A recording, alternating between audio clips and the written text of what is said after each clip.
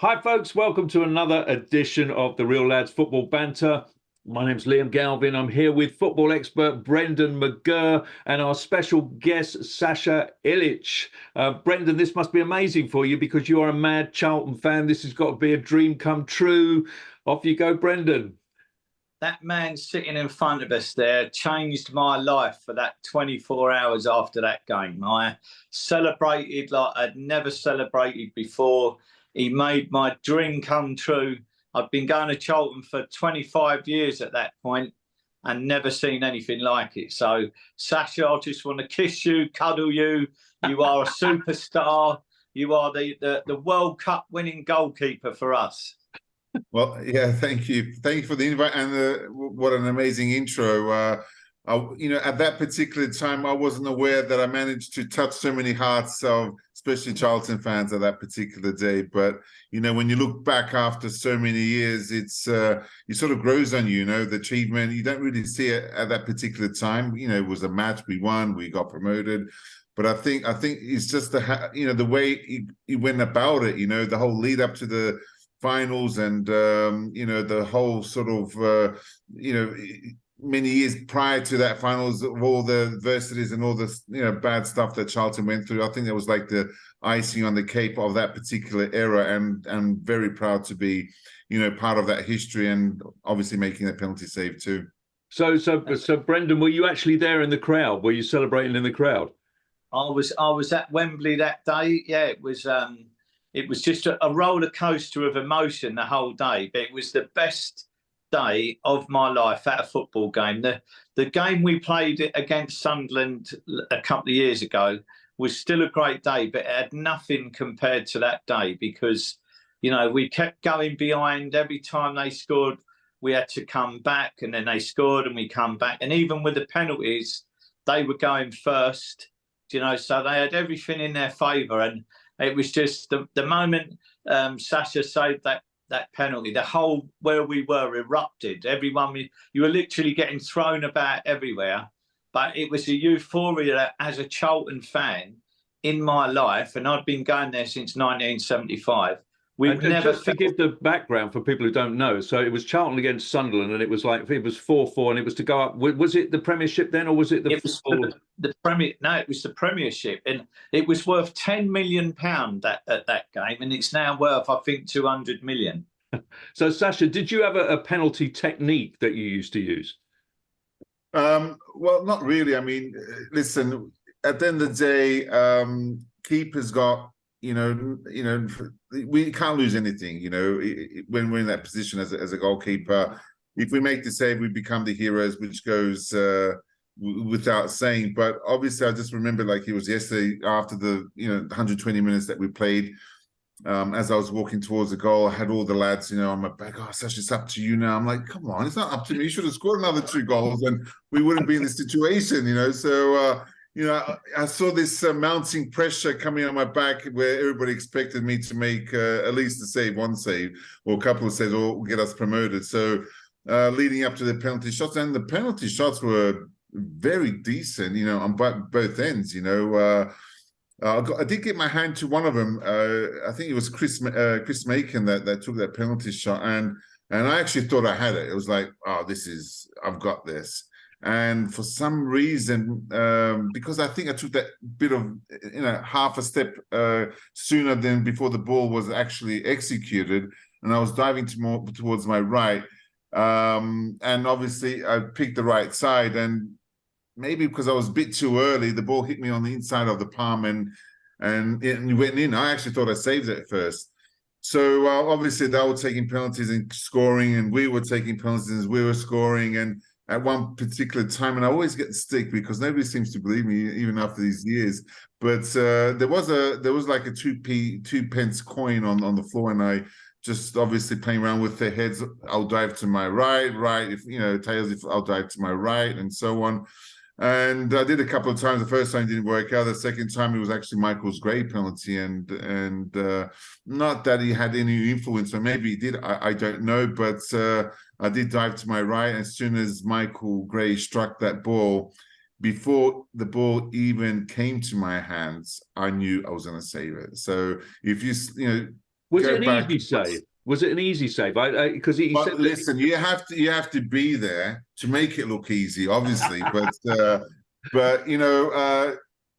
bit of luck and everything else. But as soon as he struck it, I knew I was going to save it. And if you sort of go back at the video and you do it, the slow motion and watch my facial expressions as I'm diving towards my left before even catching the ball, you can see distinctly that I knew I had the ball more or less saved.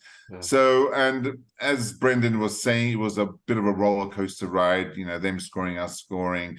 It was very euphoric. It was like extra time. We had Richard Rufus that had never scored in his entire life, managed to score one of the particular goals.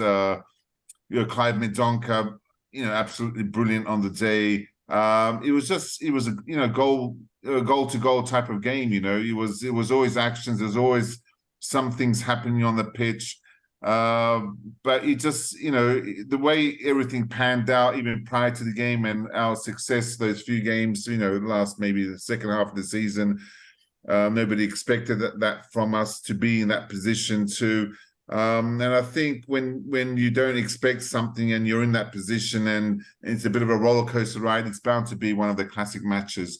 And and I think it is. I think it's one of the 10 best ever played games at Wembley in the history of Wembley. And I think it was number 2 or number 3, Sasha. Oh well, there you go. Yeah, what was it like walking out onto the Wembley? This is the first time you played at Wembley. What was the atmosphere like?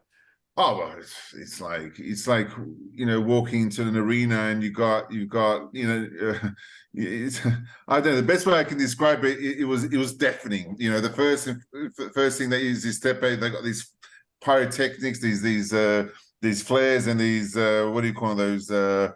Not flares, but firecrackers, whatever you want to call them. The flamethrowers, yeah.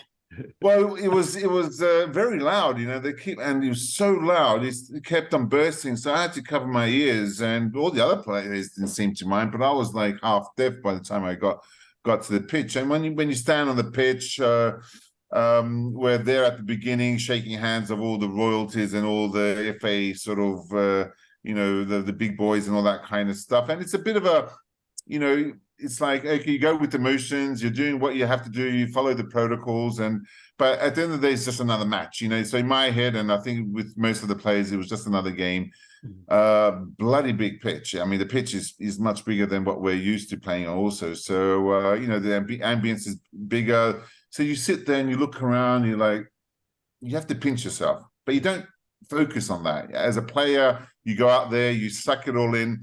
There's no nerves. There's nerves, and prior to the game, it's coming with the coach to the stadium, seeing thousands and thousands of, Charlton and Sunderland supporters. Funny enough, as we were driving in with the bus, it was like 10,000 Sunderland fans that were waiting us as we're driving into the actual stadium. So that's where the nerves sort of kick in. It's the adrenaline pumping prior to the game. But once you step out on the pitch and you start with the warm-up, it's another game. You just want to obviously do the best. You pump yourself up. I tend to listen to, back then I tended to listen to AC/DC, bit of hard rock music pumping through my veins. And you go out there like a fearless soldier, like you're fighting for your life. And that's how I think most of the players approach the game too. So when all the players dive on top of you at the end, I always wondered if somebody's going to get injured. You get like 10 players leaping on you. I think if they opened the gates and had all the Charlton fans jump on top of me, I still wouldn't have felt anything. Honestly, it was so euphoric. It was the amount of adrenaline pumping in your veins. And we were exhausted. You have to remember 120 minutes, plus obviously the bit of time up between the halves. It was very emotional for us also. Was there any specific information Curbs give you on that game that you that felt you helped, or did he have a team talk before, or was there anything different, Sasha, that he tried to say that day? Well, maybe leading up to the game, in training sessions, we worked a lot on our penalty kicks and all that. I remember, obviously, focusing on, if we were in a situation where we had to take penalties. So a lot of the lads were taking the penalty saves. Obviously, I was discussing with the with Curbs and Keith Peacock about which directions the players would be kicking the ball if one of the players would take it. So there's a lot of emphasis on that. I think game-wise, because we played them early in the season also, and I think did we beat them? I can't remember. I think we did quite well against them. I think we beat them at the Valley. Did we beat them? I can't remember now. It's so long ago now too. But listen, that were the favourites. So we didn't have that additional pressure, if I may call it that, that we were expected to win. We didn't believe that you were going to win for a minute. We all went there thinking. Well, that's it. We thought we were getting a day out at Wembley. We'd be grateful for that. But we did not think Charlton were going to be in the Premiership. No. I don't think. I mean, listen, we were confident. We did well. We're leading up to the game. We had like 9 clean sheets. So there was no reason for us not to believe that we could win it. But we didn't have that pressure of being expected to win it, if you know what I mean. So the pressure lied on with the Sunderland players, not with us. You know, when you look at the media, you follow the media, it was always about Sunderland. You know, they were going to win it. Most probably, you know, Charlton are the underdogs. So when you're an underdog and you're boasting with confidence like we had, we have the confidence, but we don't have the pressure. And if we win, it's great. If we don't, nobody expected us to do it. So that is a tremendous amount of pressure that we didn't have on our backs, and I think that had played a huge part also.